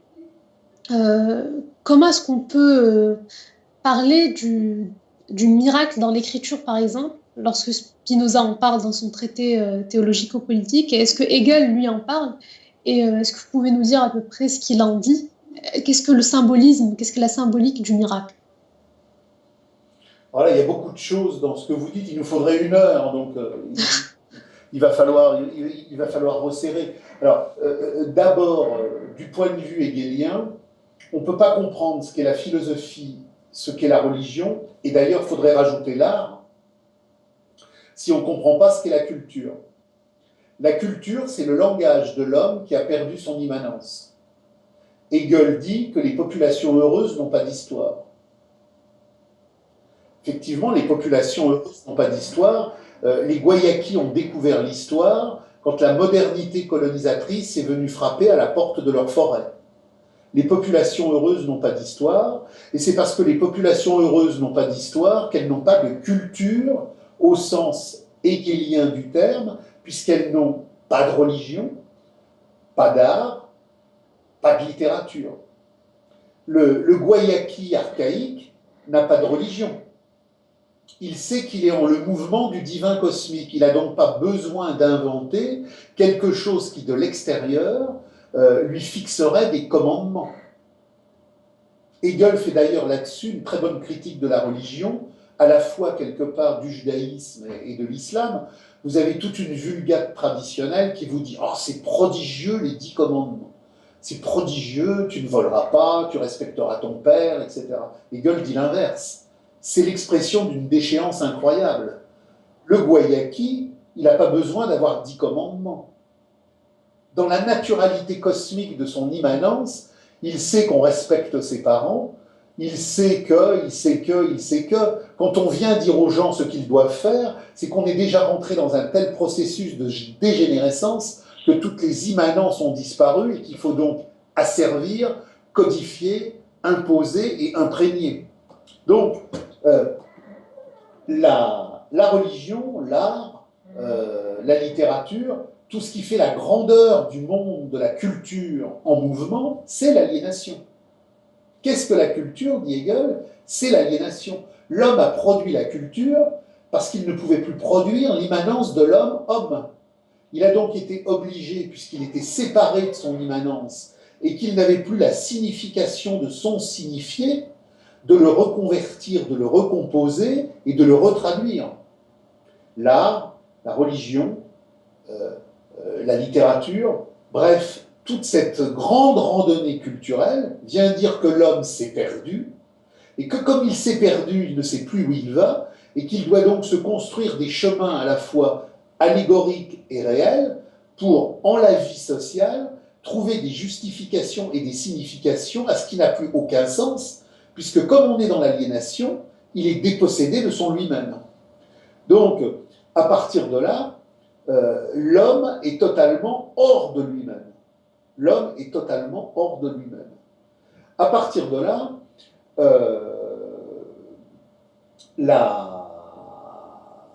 la position de Spinoza en termes de logique sur la substance, elle est très positive, puisqu'elle nous amène à Hegel. Mais ceci dit, la vision que vous posez sur les miracles, elle est beaucoup moins intéressante, parce que quelque part, Spinoza est à la fois préfigurateur de Hegel dans la radicalité de la substance et dans l'immanence du monde, puisque quelque part, il abolit la séparation entre le monde et le divin hors du monde, mais dans le même temps, il est dans une écriture post-cartésienne et mécanique, et quelque part, sa lecture du miracle est décevante, parce que la problématique du miracle, elle renvoie d'abord à l'énergie, elle renvoie au cosmos, et elle renvoie à la physis. Je vais vous prendre un exemple très bête, mais qui est en même temps très intéressant. Les gens qui vont à Lourdes pour mettre en pratique le territoire du miracle. Alors bien évidemment, on n'a jamais vu un cul-de-jatte ressortir de la piscine au miracle avec ses deux jambes. Par contre, on a vu des paralysés réellement paralysés ou des cancéreux réellement cancéreux ressortir sans cancer et ressortir sans paralysie. Ça nous renvoie à Hegel et au présocratique sur l'énergie de l'être. J'ai un paralysé alpha et j'ai un paralysé bêta. Le paralysé alpha est mis dans la piscine, il ne se passe rien.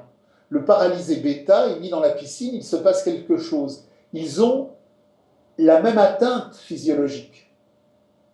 Qu'est-ce qui va se passer pour que bêta soit précisément dans une dimension énergétique de recomposition qui fasse que les choses avancent?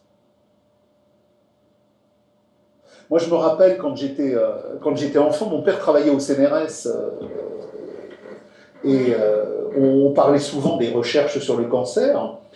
Il me disait, on a deux malades qui sont quasiment au même stade. Il y en a un dans une chambre qui va décider de vaincre. Et il y en a un dans une autre chambre qui est abattu, qui est écrasé. Celui qui a décidé de se battre et qui développe une énergie radicale va vaincre son cancer. Bon, c'est des exemples qui rentrent dans la catégorie que l'on pourra appeler le miracle. Parce que qu'est-ce que le miracle? Le miracle, c'est précisément le lieu, quelque chose qui ne pouvait absolument pas arriver dans cet obscurantisme scientifique de la reproductibilité dont nous avons tout à l'heure parlé, arrive cependant. Quelqu'un est condamné par le magistère scientifique parce qu'il a précisément une affection qui est qualifiée d'irrémédiable. Le miracle, c'est ce qui retourne l'irrémédiable. De quelle manière se retourne l'irrémédiable? Alors, la lecture de Spinoza n'est pas intéressante là-dessus parce qu'il ne répond pas à la question finalement. Il fait simplement une relation allégorique ou métaphorique. Mais si vous interrogez la personne qui a été à Lourdes et qui s'est mise dans cette piscine et qui, paralysée depuis des années, se remet à marcher, là, on a une véritable dialectique phénoménologique au sens hegelien du terme à positionner sur qu'est-ce que le déployer énergétique d'une volonté radicale qui prend la décision, par-delà l'apparaître premier du corps, de produire une puissance qui va retourner ce qui, pour le corps, était considéré comme irrémédiable. Donc, qu'est-ce que le miracle à ce niveau-là? Le miracle, c'est une énergie qui repositionne les géographies de l'irrémédiable.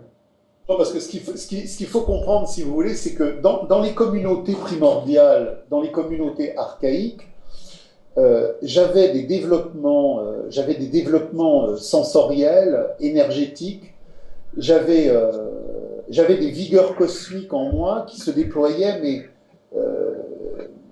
en de multiples facultés. Je prends un exemple tout simple, quand vous vous baladez dans la forêt aujourd'hui, vous regardez des traces sur le sol, bah oui, bon, bah, y a des traces, vous regardez des plantes, un sioux ou un cheyenne sur la piste, non seulement il voit, mais il sent. Nous avions des sens et des énergies il y a très longtemps que toute la domestication aliénatoire du capital a considérablement corrodé. Nous ne sommes pas simplement un atome de la réification dans la place que nous occupons dans le rapport de production. Nous sommes un atome de la réification, et ça c'est très très important. Marx en parle dans le troisième manuscrit sur les sens, sur la sur la volupté, sur les émotions, les sens qui disent la signification, qui disent la sensualité. Donc on a perdu tout ça, et on a aussi perdu plein d'énergie. On a aussi perdu plein d'énergie. Donc il y a des tas de choses qui font que quand l'énergie de l'esprit et du corps se met en mouvement dans une véritable vigueur énergétique, plein de choses peuvent se redessiner. Sauf que comme nous sommes devenus des épaves circulatoires de la grande déambulation marchande, nous avons perdu plein d'énergie cosmique que nous avions antérieurement.